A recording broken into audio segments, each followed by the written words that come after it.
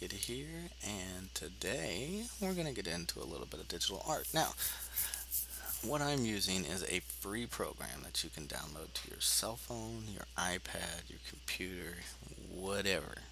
Okay, it's called Sketchbook. A lot of what I'm going to show you in here has the same capabilities of Photoshop, just not to the extreme, but you can still do some really cool stuff in here. So I'm just going to give you a basic tour today, show you some of the cool tools, and then next week we can actually start drawing and utilizing it if you would like to do so and follow along. We'll see how that catches on as well. Okay, so first thing I want to introduce you to, this is your page here. Okay, so we have this little button right here. That is your magnifying glass. It allows you to zoom in and zoom out. Okay, the other way to pull this up is if you hold down the space bar, it'll go ahead and pull that up, so you can slide your canvas around. You can rotate it left and right. It's completely up to you. All right. You can also move side to side. It allows you to pan back and forth. Okay. So this here is just a selection tool. You got different ways to select things. You can select a rectangular shape, circle shape. You can use this lasso here to actually just lasso around. Now, this brings me to my next thing. If you hit Control Z or Command Z, that is undoing. So that's how you can undo everything. Okay. So this magnetic lasso, there's nothing for it to select. But if you had an actual or a polygonal lasso, it allows you to select different things. Okay, so I'm going to go ahead and hit Command Z and go back. Then you just have a magic wand selection. Again, there's nothing on the screen for a select, so it selects the whole thing. Alright, so as your cropping tool, it just makes your image larger or smaller. This is another selection and move tool. So let's do this. Let's say I'm just going to grab this pencil. Let's say I draw a circle. I'm going to increase the size of my brush. Okay. Let's say I draw a circle and I want to move that circle somewhere else. I can draw a selection around it and see how it brings up this box. I can make it bigger or smaller by clicking in the center. I can rotate it, or I can stretch it side or up and down, and I can also move it around. Okay, so that's what that tool's for. It's really good if you need to make a small error, but we'll get into that stuff later. These are just perspective drawing tools. You have your usual paint bucket. You have text that you can apply in here. Okay, now this is the cool one. Okay, I love this ruler tool.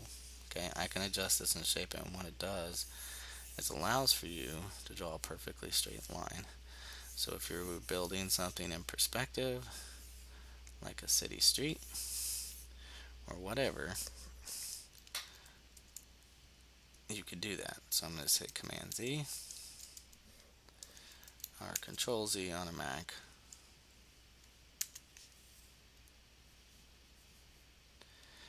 Now, if you notice, there's these buttons here for undo. That's the same thing you can use too, or you can just hit Command Z. Doesn't make a difference. The other cool one is now there's no excuse for never drawing a perfect circle. Okay, so you can adjust the shape and the size to help you with the angle. You can shrink it and make it larger, just depending on what you're trying to do. Okay, and now I can come in here and draw a perfect circle. Alright, and then if I wanted to, let's say, make a ring, I'll draw like a sonic ring. I can continue to do this and make the illusion that we're going down this huge empty hallway, make a target. It doesn't matter. It's completely up to you on what you want to do. Okay.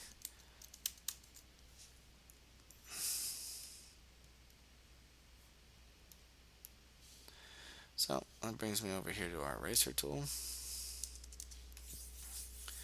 You can also erase that way if you want to.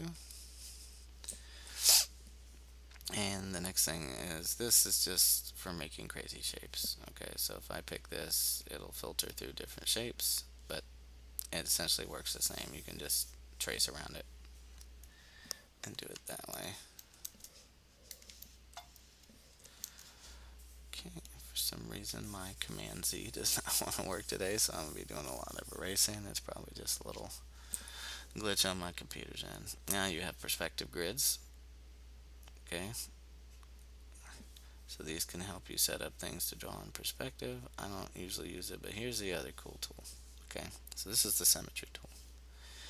A lot of you have ever drawn faces or anything, and then you can slide this around to keep things like you could draw here and then draw something symmetrical over here.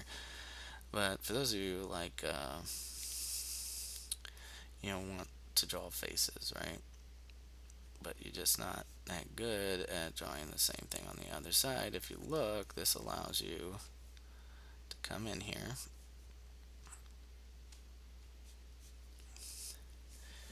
and draw mirrored back and forth. So like I could come in here, draw a nose, right, and come right underneath that, and I could do the eyebrows. Obviously this is only going to work for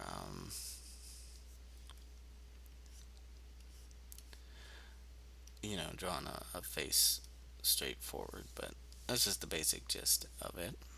Okay, so you can draw symmetrically that way, or when you erase, you can erase symmetrically as well. You can also draw the other way. So let's say you were trying to draw a boat from the top view, right, and you want it to go out. Or maybe, we'll say this is a banana, right? This will allow you to have things be mirrored on that end as well from a top view. Okay, now here's the cool one. All right, let's say you want to draw a flower. You can use this and adjust the amount of segments. I can go crazy with it, right? And I can draw a bunch of them and can make these cool little pinwheel spirals. Okay, and I've just drawn a flower in 2 seconds. Okay, so this is a really cool tool. If you need to do anything with that, it goes up to 16. I mean, you can do something as little as 4, and it'll draw everything on that side. Let's say you were doing like a playing card, right? So you start with this, and you got your playing card. We'll just do the top of the card and switch over to this 4-side thing, and I can draw my heart shape in there and place it over there. You can change the shapes,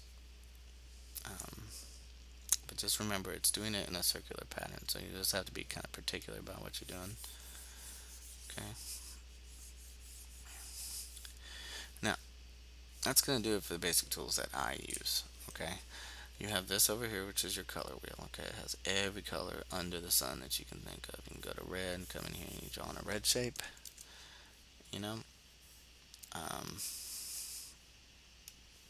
you switch to green. You got different levels of green. You can go dark, and at any point you can always go black or white. Okay, now first thing I want to do is give you like a little tour. So we have your basic pencil, so it can come off looking like a sketch. Now if you want to adjust the size of your brush, you want to press Control, oh sorry, no, I was thinking that. You want to look on your keyboard, and you want to look for these bracket keys.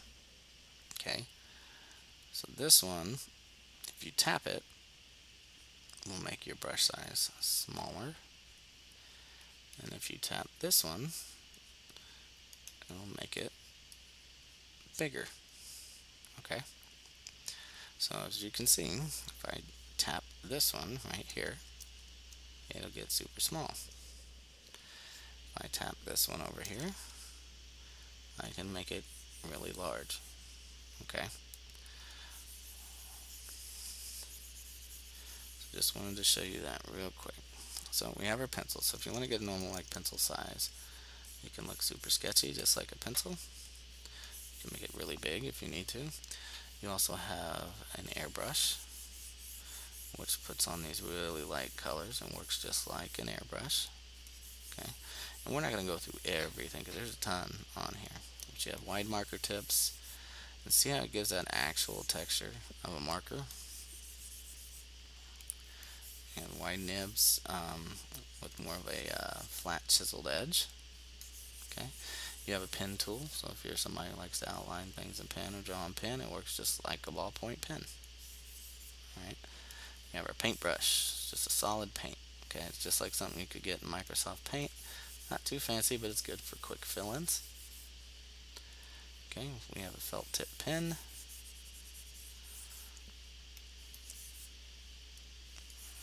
And we have an inking pen.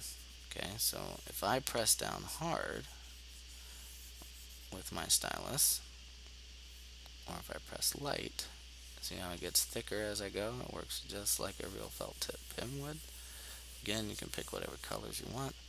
Now, you have a smear tool and a blur tool. Now, these are good for smoothing and shading things out, and we'll get into that in another video. You also have a sharpen tool. Now, you have an eraser, which is a hard eraser. So if I come in here and I put that in, I use a hard eraser. See how it's going to hard cut in there with a hard edge. But this one is a soft eraser.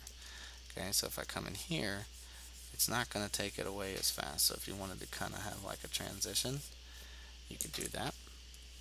And I could show you really quick how these smearing tools look. So if I smear this in, see how it tries to blend the two? You can also use the blur tool to really blend those colors together. Okay, so it's a good way to have good transitions in your stuff. And I know I'm kind of rapid shooting through this, but the goal is for you to kind of practice with this when I'm done. Okay, so we have texture tools, right? You have things that have actual texture ink to them, right? Okay. So just all your stuff in here. You have like a pencil tool. This will give you like kind of a watercolor, so it'll go on there and then it'll dry. All right, we have a dry marker, like as if it was running out of ink. Okay, you got all kinds of different things in here to give you actual textures and things to work with. All right, like I said, I'm not going to do everything. I'm just going to kind of highlight what you got. Okay, so you have Copic marker sets. Those essentially work just like real Copic markers would. So if I wanted to come in here and blend colors in, they'll blend over the top of each other like a real color. But just like with real colors, eventually they're all just going to turn brown. So you have to just be careful and really know how to work with those. These are the cool ones, these synthetic paints, right? So if you just click through here, there's all kinds. You got a flat fan brush, help you smooth things out. You got a heavy one. So see how it works and paints just like a real paintbrush would. So you could get in there and really try to blend in things and work them in. So those are just really cool. So if you're into painting, again, the cool part is, see how I'm doing all this is it's easy to fix and go back. You have your traditional stuff, all works the same. Your paintbrushes, things like that, it all works the same. So there's not anything super different with those. You can go in there and play around with those, but it's just going to work more like a traditional like piece, right? So if I take a pencil and I start drawing, it's going to work like an actual pencil does. Okay, so that's why I like this program. A lot of their inset tools are pretty good. Okay, you have your cool little texture brushes here. These are really good for like if you like painting, you know, and you want to come in. You got a high res hairbrush sets, just different textures that are built in that can really help you pump up your game with that. Okay, so again, you can just go in there and play, and I'm gonna make videos that use some of these brushes. But there's just so much to go through. I just wanted to kind of give you a quick rundown. You have some shape tools here. Um, give you some interesting results, I should say. Some spattering brushes. Um, you can splatter things, if you wanted it to look like, I don't know, spilt chocolate milk on the floor or whatever. There's those options in there too. These glow brushes are pretty cool. You can go over and add things to them to kind of bring it out more. I don't usually play with them, but maybe you can find a use for them. You could probably do it if you wanted to like highlight some metal. Okay, these are really good. These smudging brushes you can also use. So like if I use this red, put some green, and do some yellow, some blue, right? So if I come down here to the smudging brushes, you can see how they work. See how they kind of smudge and smear. Each brush type is going to do things differently. So depending on what you're using will determine how it smears it in.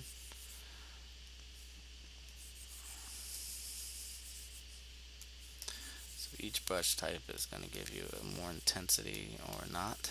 Again, it's just up to you how you want to use them. Okay, so if we continue down the list, we have more designer tools, things like airbrushes, some fine tip stuff, sign pencils. Again, fancy hard erasers, just shaped. It's almost like if you bought like a designer tool set, like an art kit. It's just kind of the brushes and things are shaped that way to help do that. Now these are some good ones in here. These art pencils give you some good textures. Um, I do tend to use this some. These are just ink brushes. An ink pen, again, depending on how much pressure you put on it, will determine how big it gets. The salty watercolor is really cool because it like blends and dries just like watercolor.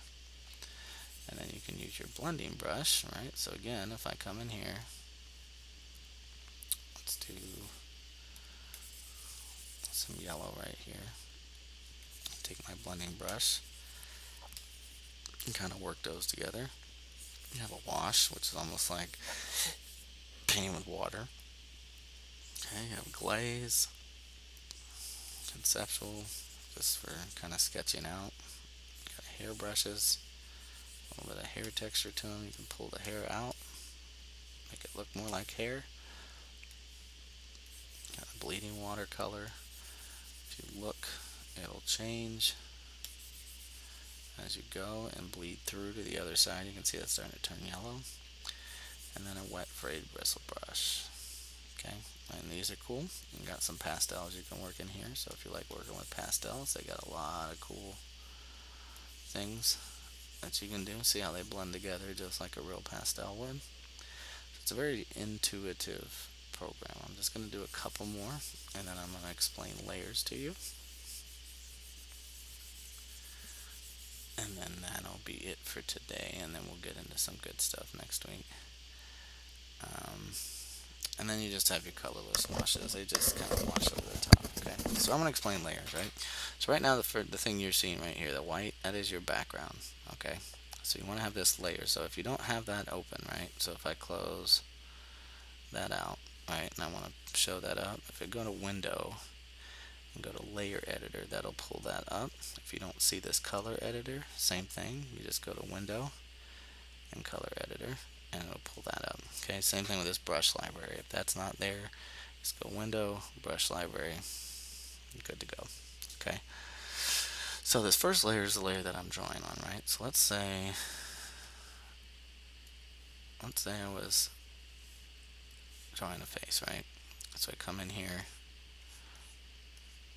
and I'll draw these big old eyes like that, maybe a couple droops. Maybe this is a sad cat, right? Make it a sad kitty. Okay, some little ears, big cheeks, comes down, and sad kitty. Okay, now here's the cool part about layers, right? So that's super sketchy. So if you come over here on the side, I can adjust the opacity and make it disappear, reappear, whatever. You can adjust that stuff from there, right? To rename it, right? So I can press down on this, click rename, and I can say sketch, right? Well, this will save you from having to do a lot of redrawing and erasing, right? So I can just press this plus button, add a new layer, rename that, refined. I can take my pencil, maybe we'll use the brush pen, we'll shrink that down right about 3, right? I can now trace with a more refined line. So see how I'm not having to go back and erase anything.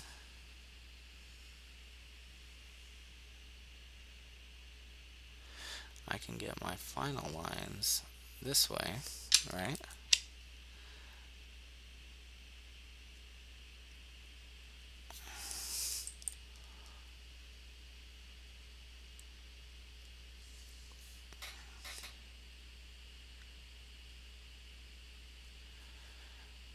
And now,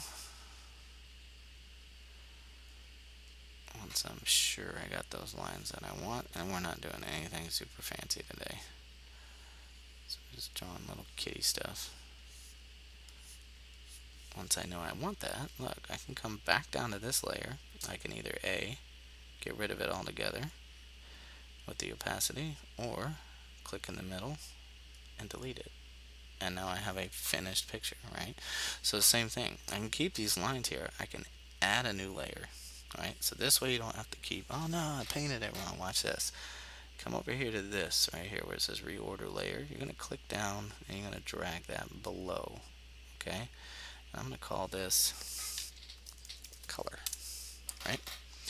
So you have one or two options for coloring. I can come back up here to my line layer, okay? It's supposed to be refined, okay? And come up here, and if you remember the selection tools, we had this magnetic lasso. Okay, first thing I want to do is I want to make sure all my lines are connected. Okay, there's no open space. And come over here to selection tool. I'm going to select and see how it selects everything around that cat. Watch this. I'm going to move down to my color layer. Let's make him kind of an orange cat. Okay, I'm going to go to this area here. Select inverse, right? So it selects everything inside. And now, I said orange kitty. But now watch, I can make this brush super big.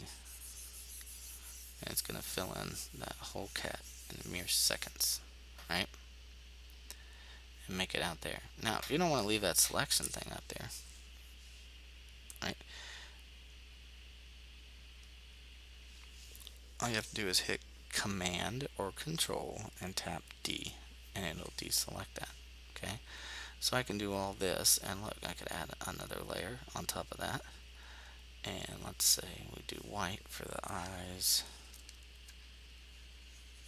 right?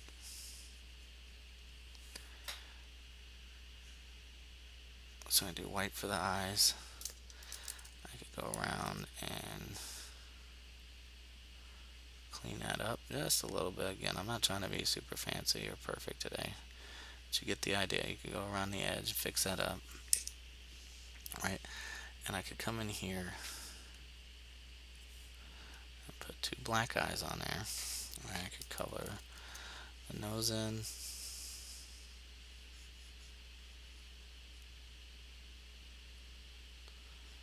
Again, doesn't have to be perfect. But all in all, what I'm not doing, if you notice, is messing up my line work, right? My lines are still there. They're not being hurt by the color at all. That's the cool part about this layering system, is that it allows you to make mistakes and not have to start all the way back over. Okay, so if I didn't like that color, the other cool part is because it's on a separate layer, I could just go to my paint bucket and say, no, I want a green cat, right? Oh, help if I turn it green, right? I can change it green, change it blue, go back to orange if I like it. Okay, same thing with the eyes aren't affected now, right? My colors for that are not, so everything's separate, right? So if I just didn't like it at all, look, I can get rid of it without losing the whole picture. So these layers, we'll get into more detail. There's different things you can do to it, but that is a basic rundown. Okay, so what I want you to do for the homework is I want you to go in here and I want you to just kind of play around with this program. Okay, let's get used to it. And obviously ask for permission if you are a child, if you can do that. Other than that, man, that's going to do it for our intro to digital art, and we'll get into some cool stuff later. Until then, keep sketching, play around, have fun, and I will see you in the next one, okay? Bye.